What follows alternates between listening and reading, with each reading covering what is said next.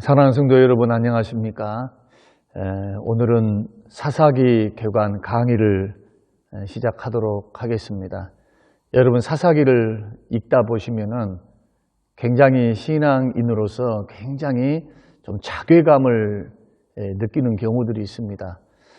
7번의 범죄, 그리고 또 하나님께서는 회개하는 그들을 다시 받아주시고 사사를 세우사 다시 기회를 주시는 그러한 죄악의 반복, 회개의 반복을 통해서 얼마나 죄의 뿌리가 깊고 또 하나님은 오래 참으시는가.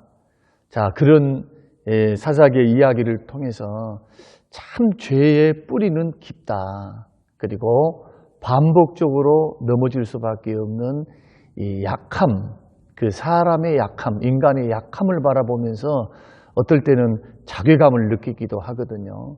반대로 오래 참으시고 다시 회복시키시고 다시 은혜를 주시는 그 하나님의 그 오래 참으심과 은혜를 생각하면서는 우리들이 하나님을 더 사랑하게 되는 책이 바로 사사기라고 말씀드릴 수 있겠습니다. 사사기의 주제어는 악순환입니다.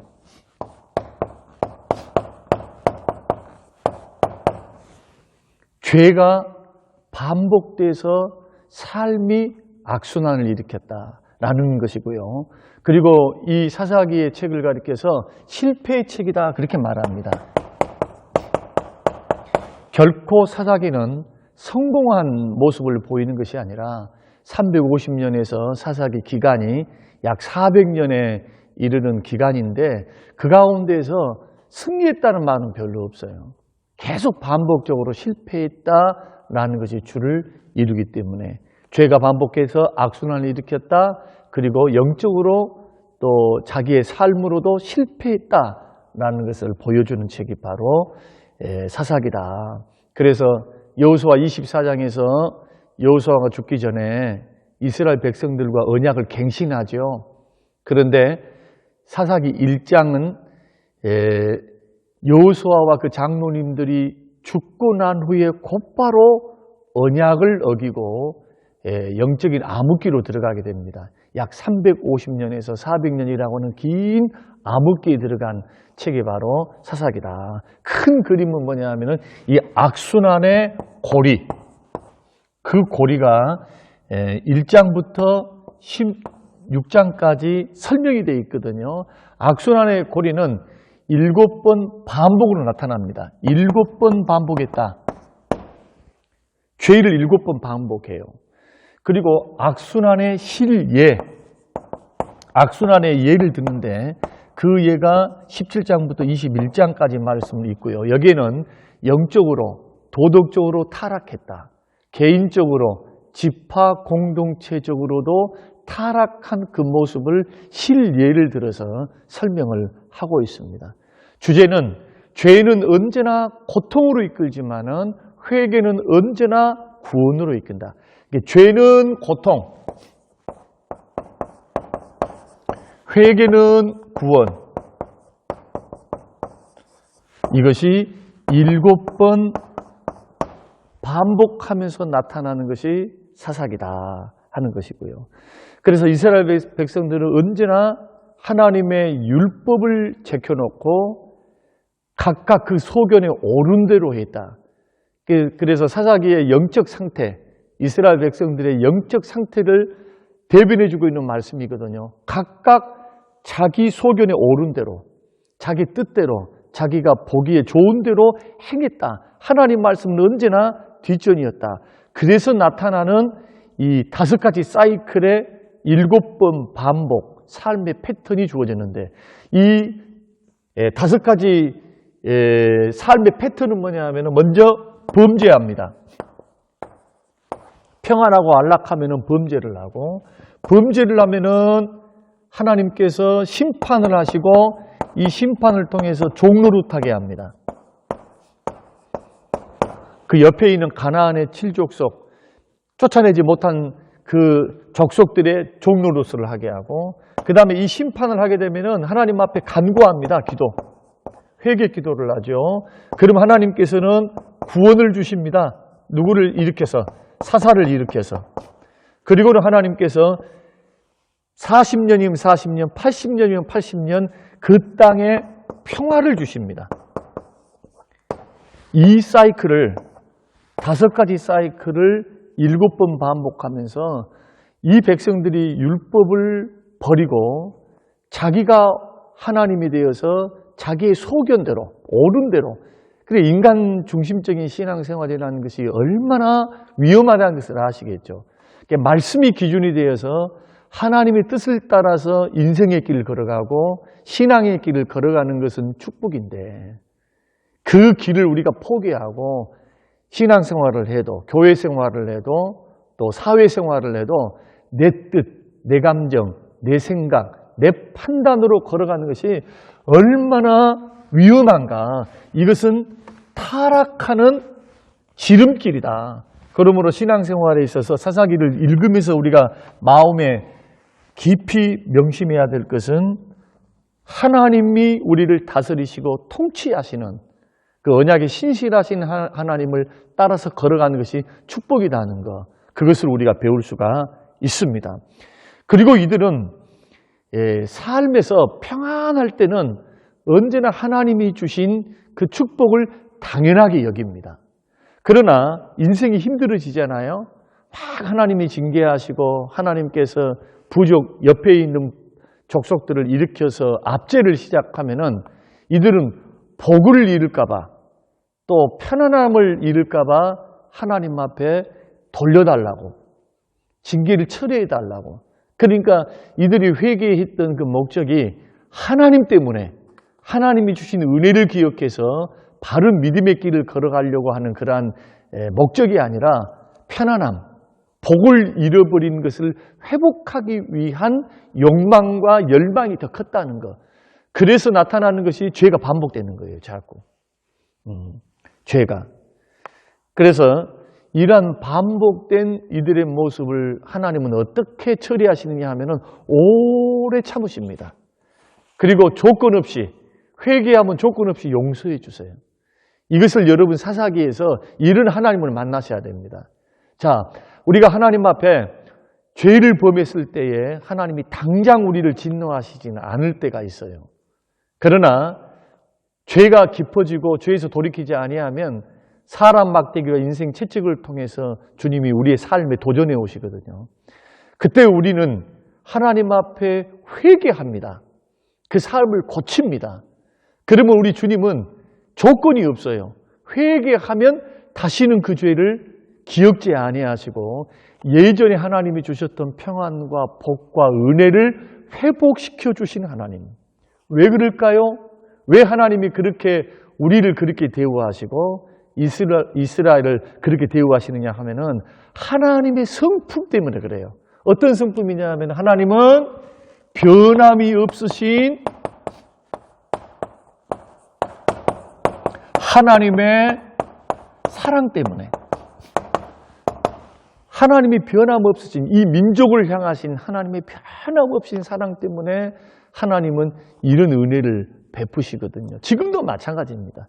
예수 믿고 산다 해서 죄를 안 짓습니까? 예수 믿으면서도 약하기 때문에 부지불식간에 죄를 짓고 넘어지게 돼요. 그런데 회개하고 돌아오면요, 하나님이 새 출발할 수 있도록 그리스도의 보혈 안에서, 은혜 안에서 우리를 세우신다. 이것이 하나님 자녀의 특권이에요, 특권. 변함없는 하나님의 사랑을 받는 것이 자녀들의 특권이다. 이 특권이 예수 그리스도 안에 있습니다. 그래서 우리는 하나님의 사랑에 감격할 수밖에 없고 하나님의 뜻을 따라서 걸어갈 수가 있다. 대략 사사기에 그 7번 주기가 나타나는 암흑기는 350년에서 약 400년간의 기록이라는 것을 우리가 알 수 있고요. 그 다음에 사사기가 왜 기록됐을까? 기록의 목적이 2가지입니다. 첫째 목적은 뭐냐면은 이렇게 사사를 세웠는데, 사사를 세워서 하나님이 구원해 주셨고 평안을 주시고 회복시켜 주시고 복을 주셨는데 계속해서 반복하잖아요. 그 사사가 죽으면은 또 반복해. 또 사사가 죽으면은 또 반복해. 평화가 오고 구원을 주시면 또 반복해요. 이 사건을 통해서 하나님의 마음에 합한 의로운 왕이 이스라엘에는 필요하다. 다시 말씀드리면 하나님 마음에 합한 사람이 필요하다. 이 사사기 시대 때는 누구일까요? 사사기 이후에 사무엘도 나오지만은 하나님 마음에 합했던 다윗 왕의 출현이죠. 하나님 마음에 합한 자, 하나님의 대리자. 결국 하나님께서는 하나님이 다스리신다. 어떤 자를 통해서? 하나님이 마음에 합한 자, 하나님의 말씀을 따라서 그 뜻을 따라서 백성을 인도해 내는. 그러니까 다윗은 하나님의 대리자죠. 이런 하나님이 다스리신다. 하나님이 통치하신다. 이런 의로운 왕, 하나님이 합한 왕이 출현해야만 된다라는 그런 당위성을 사사기를 통해서 보여주고 있습니다. 그리고 사사기 다음에 우리들이 아시는 것처럼 사울과 다윗 왕을 통해서, 특별히 다윗을 통해서 우리는 그것을 배울 수 있고요. 이 다윗은 누구의 모형입니까? 우리 구주 예수 그리스도의 모형입니다. 그러므로 사사기를 통해서 우리들이 뭘 배워야 되느냐? 야, 죄의 뿌리가 이렇게 강하구나. 죄라는 것이 이렇게 우리를 얽어매고 우리를 불행하게 만드는구나. 사람을 세워놨더니 사람이 죽으면 끝나버려 그냥. 그런데 이러한 상황을 통해서 영원한 속죄를 이루시고 우리를 영원히 이 땅에서뿐만 아니라 영원한 천국에서도 우리를 인도해 가실, 천국까지 인도하실 분이 누구냐? 그분이 필요하다는 겁니다. 그분이 바로 다윗의 후손으로 오신 예수 그리스도가 필요하다. 그러므로 이것을 좀 적용해 본다면은 하나님의 통치와 다스림이 필요하다는 거예요, 지금. 저와 여러분들이 내가 각각 소견에 옳은 대로 신앙생활을 하고 삶을 살아가는 것은 범죄하고 패망하고 불행을 겪을 수 있는 지름길이다. 그러나 나의 통치자가 계시다. 나의 의로운 왕이 계시다. 나를 인도해 주시는 분이 계시다. 도우시는 분이 계시다. 그분이 만왕의 왕, 만주의 주 예수 그리스도, 성삼위의 하나님, 그 하나님의 중심으로 뜻 안에 순종하며 걸어가는 것이 얼마나 중요한가, 이것을 보여주고 있고요. 두 번째로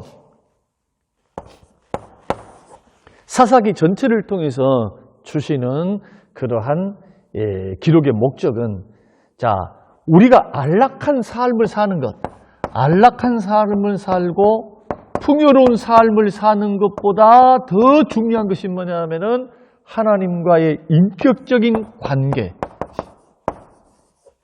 하나님과의 인격적 관계가 더 소중하다는 것. 결국 안락과 축복이라고 하는 것은 하나님으로부터 받는 겁니다. 복은 누가 주십니까? 하나님이 주시는 거예요. 이것을 우리가 확인하면서 통독을 할 수 있게 되시기를 바랍니다. 이상에서 우리가 서론격으로 우리가 전체적인 맥락에서 우리들 살펴봤다면, 우리가 사사기 21장까지 주시는 귀한 말씀을 통해서 이제는 좀 개관을 이렇게 해보려고 합니다. 크게 개관을 우리가 좀 해보는 이유는, 여러분이 읽으시면서도 이 성경이 정리가 돼야 돼요. 개관 설교의 좋은 점은 뭐냐 하면은, 여러분들이 통독했던 것이 쭉 지나가 버리면은, 받은 교훈만 받으면은 이게 효과가 좀 50%. 그런데 개관을 통해서 정리를 할 수만 있다면은 여러분들은 성경을 뚜렷하게 볼 수 있는, 큰 숲을 볼 수 있는 그러한 눈을 기르게 된다 하는 점에서 도움이 되리라 생각합니다.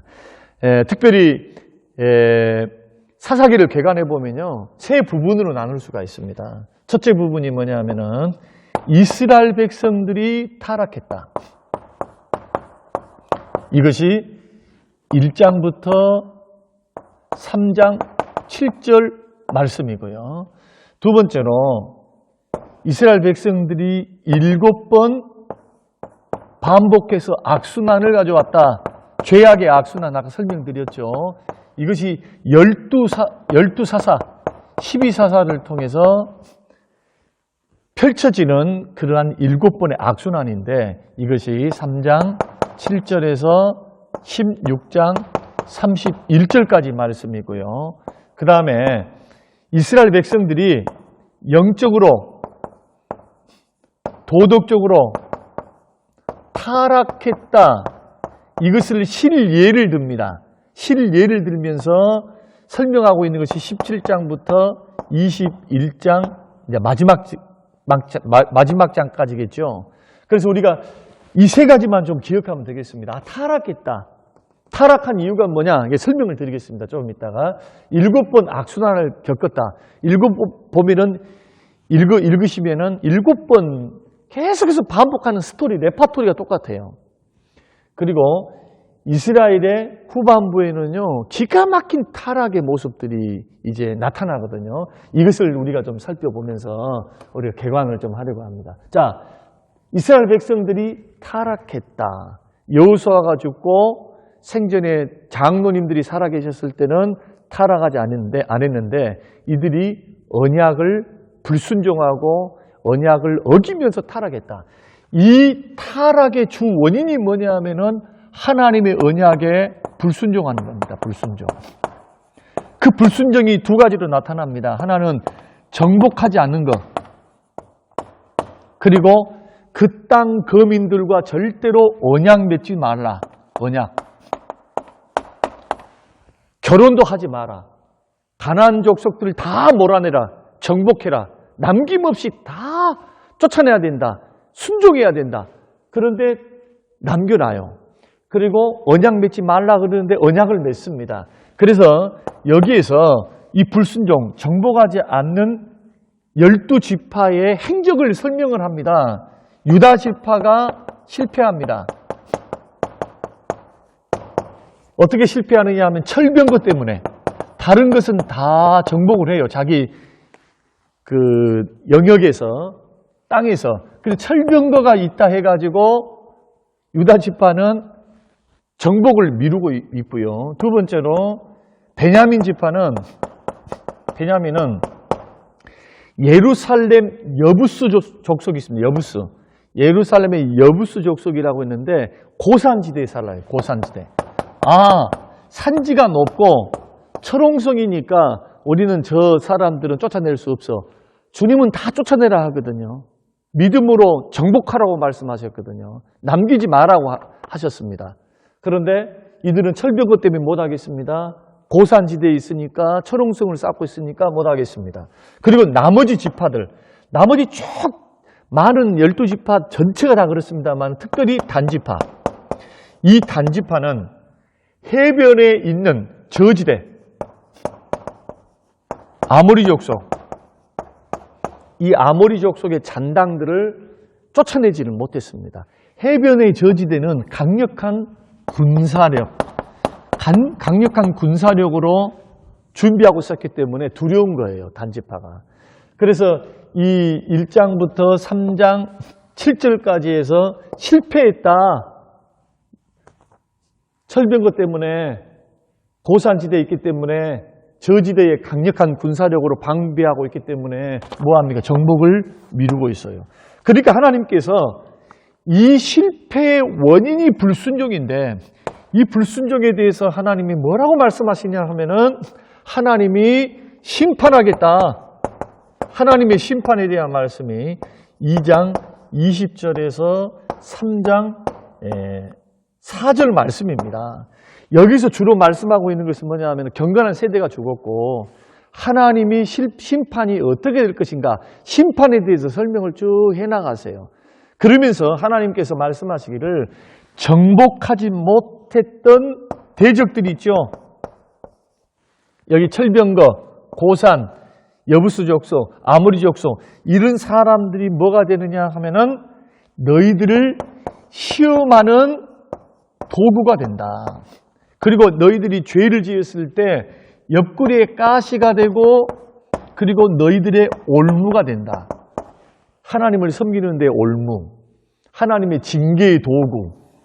그리고 이것은 옆에 있는 이 족속들의 문화와 죄악된 습성과 그들의 욕망을 너희들이 따라가느냐, 아니면 거룩한 백성들로서 구별된 하나님의 자녀로서 하나님의 말씀의 원리를 따라 삶의 거룩을 이루어서 주의 뜻대로 사느냐 하는 뭐가 되겠습니까?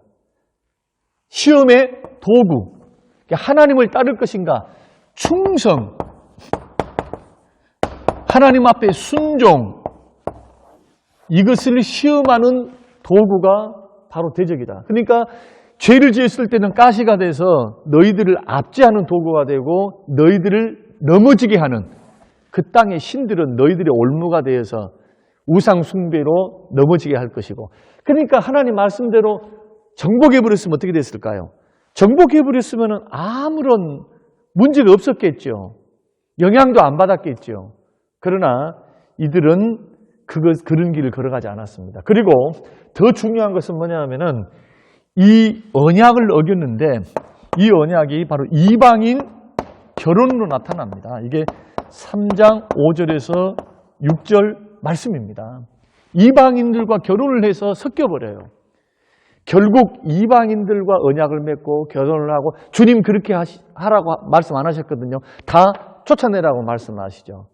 결국 이것을 통해서 이스라엘 백성들은 어떤 족속이다? 하나님 앞에 불순종한 족속이다. 이들의 성향은 하나님 앞에 순종치 않는 백성이다라는 것을 자기 자신들이 삶을 통해서 증명하고 있다. 이것이 1장부터 3장까지의 말씀입니다. 그래서 우리가 이런 말씀들을 통해서 우리가 보면은, 죄의 뿌리라는 것이 이렇게 크구나. 이 죄라는 것이 우리를 이렇게 힘들게 하는구나. 이때 우리는 어떻게 해야 하는가? 하나님 앞에서 우리는 어떻게 서야 하는가? 이것을 여러분들이 고민하면서 사사기를 좀 읽어나가야 돼요. 역사는 미래를 살아가고 현재를 살아가는 우리들에게 과거의 역사는 거울입니다. 성경도 우리에게 교훈이 되어집니다. 이것을 전반부에서 설명을 하고 있고요. 두 번째로는 7번 악순환이라고 그랬죠. 7번 악순환이 일어납니다. 이것이 3장 7절에서 16장 31절 몇 명의 사사? 12명의 사사. 12명의 사사를 통해서 일어나는 일들인데, 여기에서는요 몇 가지 좀 나눠야 될 것 같아요. 지역별로. 남부에서 전쟁이 일어나죠. 온니엘, 에웃, 삼갈. 이것이 남부에서 사사를 세우셔서 하나님께서 압제로부터 이기게 하시거든요. 그 다음에 북부에서는 여선지 두보라, 그 다음에 바락. 여러분 집에서 읽으시기를 바랍니다. 중부에서는 기드온, 그 다음에 돌라, 야일. 그리고 동부 전쟁에서는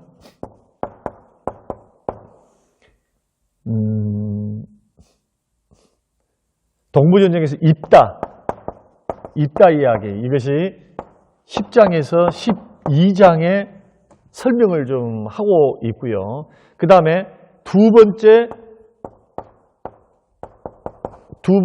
북부전쟁이 있어요. 이 북부전쟁에서 활약했던 사사가 놓은 입산, 엘론, 압돈. 그 다음에 마지막 서부전쟁이 있습니다. 서부전쟁의 주인공, 마지막 사사였던 삼손입니다. 자, 제가 왜 이렇게 지역을 이야기하면서 12사사에 대해서 다 설명을 드렸냐 하면은 성경 읽고 쭉 지나가 버려요, 그냥. 그래서 제가 설명을 좀 드리는 것인데요. 여기서 중요한 사람들을 좀 살펴보면 기드온, 그 다음에 입다, 그리고 삼손. 이 세 사람은 좀 기억할 필요가 있습니다. 기드온은 약할 때 하나님이 강하시다는 것을 보여주는 그런 대표적인 사람이죠. 기드온의 300명의 용사를 통해서 이 연합군을 이기는 놀라운 역사를 일으키시잖아요. 그러니까 사람은 불가능해도 하나님은 하실 수 있다는 거예요. 하나님은. 그리고 이 딸을 통해서는 너무나 이 자기가 승리하고 돌아오면은 하나님 제일 먼저 나를 반기는 자에게 뭘 준다? 번제로 하나님 앞에 바치겠습니다. 그러니까 지킬 수 없는 약속을 성급하게 서약하는 거 조심하라. 지킬 수도 없는데 서약을 성급하게 하는 거. 이것을 조심해야 되고, 그리고 삼손은 이 11 사사들하고 달라요. 왜냐하면 삼손은 어려서부터 나실인으로 키워졌습니다. 하나님 앞에 거룩하게 구별된 그 삭도를 내지 않고 시체를 만지지 않고 포도주와 독주를 마시지 않고 하나님 앞에 머리카락도 기르면서 거룩한 하나님의 사람으로. 출신이 좀 다르죠. 하나님 앞에 어려서부터. 그런데 제일 타락한 죄의 유혹에 쉽게 넘어졌던, 그래서 이 삼손을 통해서 우리가 배우는 것은 뭐냐 하면은 유혹과 죄악에 자신을 맡기는 것, 하나님 없이 죄악과 유혹에 자신을 맡기는 그러한 삶이 얼마나 불행한가. 그러니까 하나님 없이 죄악과 유혹에 자기 자신을 맡겨서는 된다 안 된다? 안 된다는 거예요. 그러니까 우리가 성경을 다 지키지 못한다고, 말씀대로 살지 못한다고 거룩과 구별되는 삶을 포기하면 안 됩니다. 성령의 능력을 통해서 말씀과 기도의 힘을 얻어서 유혹을 이길 수 있는 힘, 죄를 이길 수 있는 힘, 예수님도 주기도문을 통해서 그렇게 기도하라고 합니다. 악에게 빠지지 않고 시험에 들지 않게 하옵소서라고 주기도문에서 날마다 기도하라고 하시잖아요. 여러분, 삼손은 불행한 사람이었어요. 출발은 좋았어요. 그러나 끝은 결코 행복하지 못했다. 이 삼손은 하나님의 신이 떠났음에도 불구하고 몰라요. 자기가 그것을 자각하지 못하는 그러한 비극을 초래했던 사람이 바로 삼손이었다 하는 것입니다.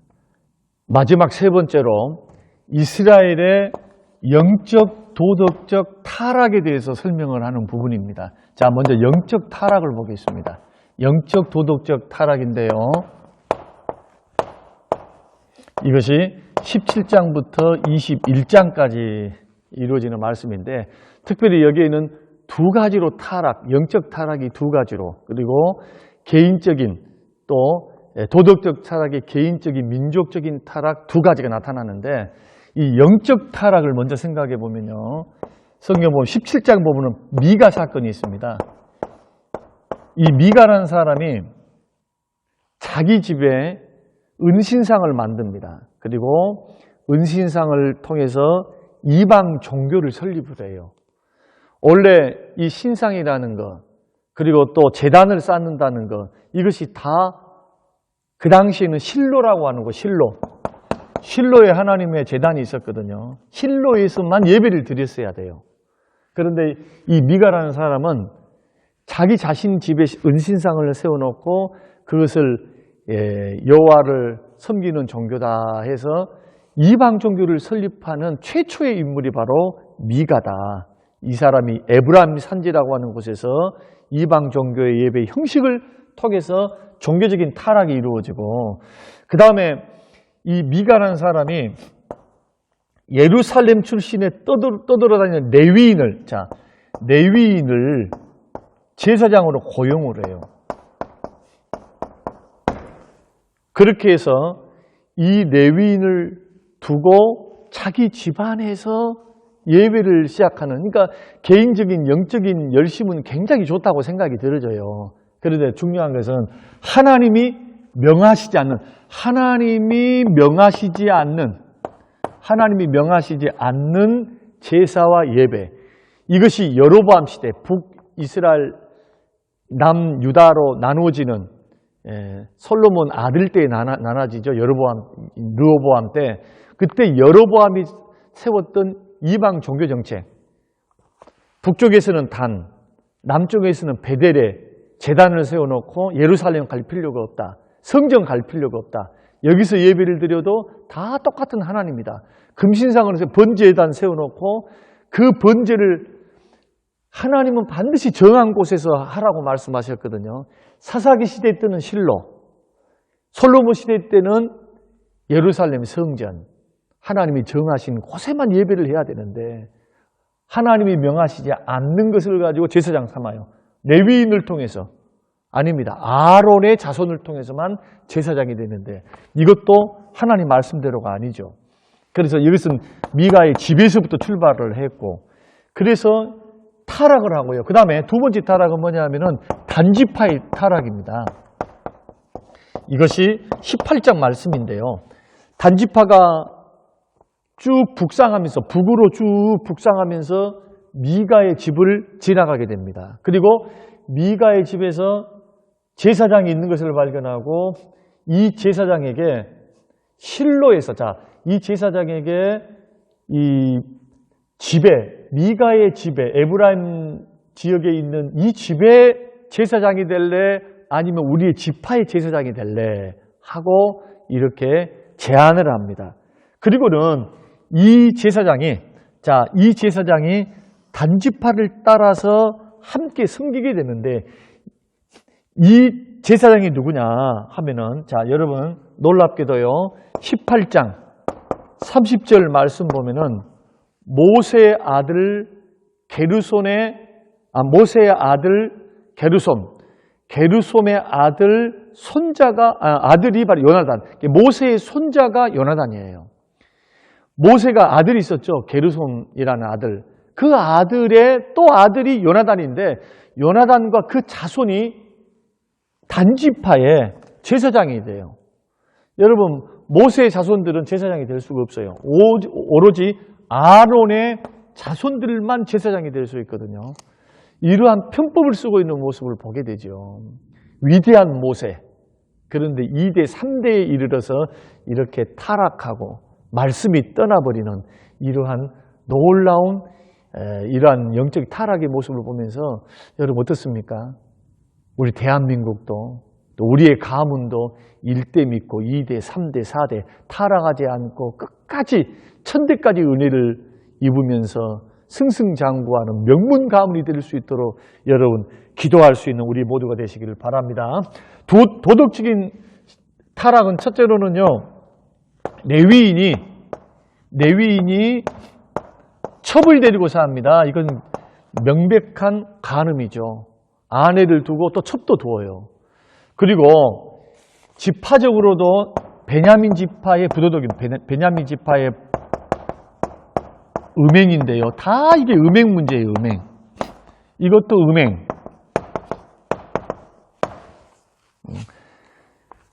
레위인이 이 첩을 데리고 베냐민 지파 기부하라고 하는 곳에서 하룻밤을 잤는데 이 베냐민 지파의 불량배들이 레위인을 여기서 그러니까 동성연이죠.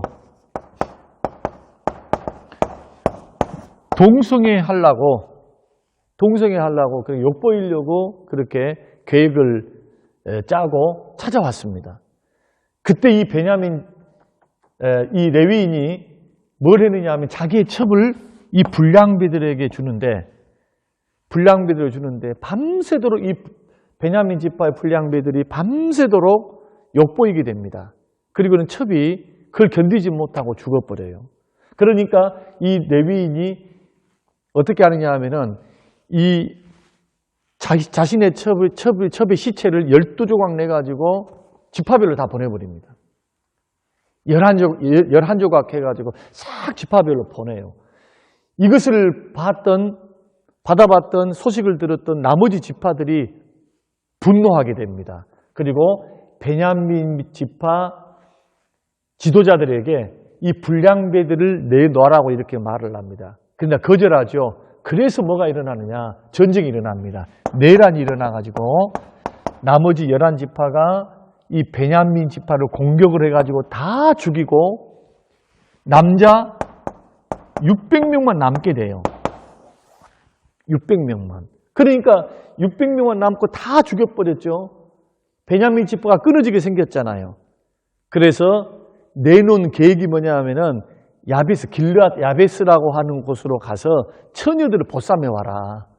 그리고 보쌈해 오면은 도둑질 하는 거죠. 인신매매를 하는 건 다름없잖아요.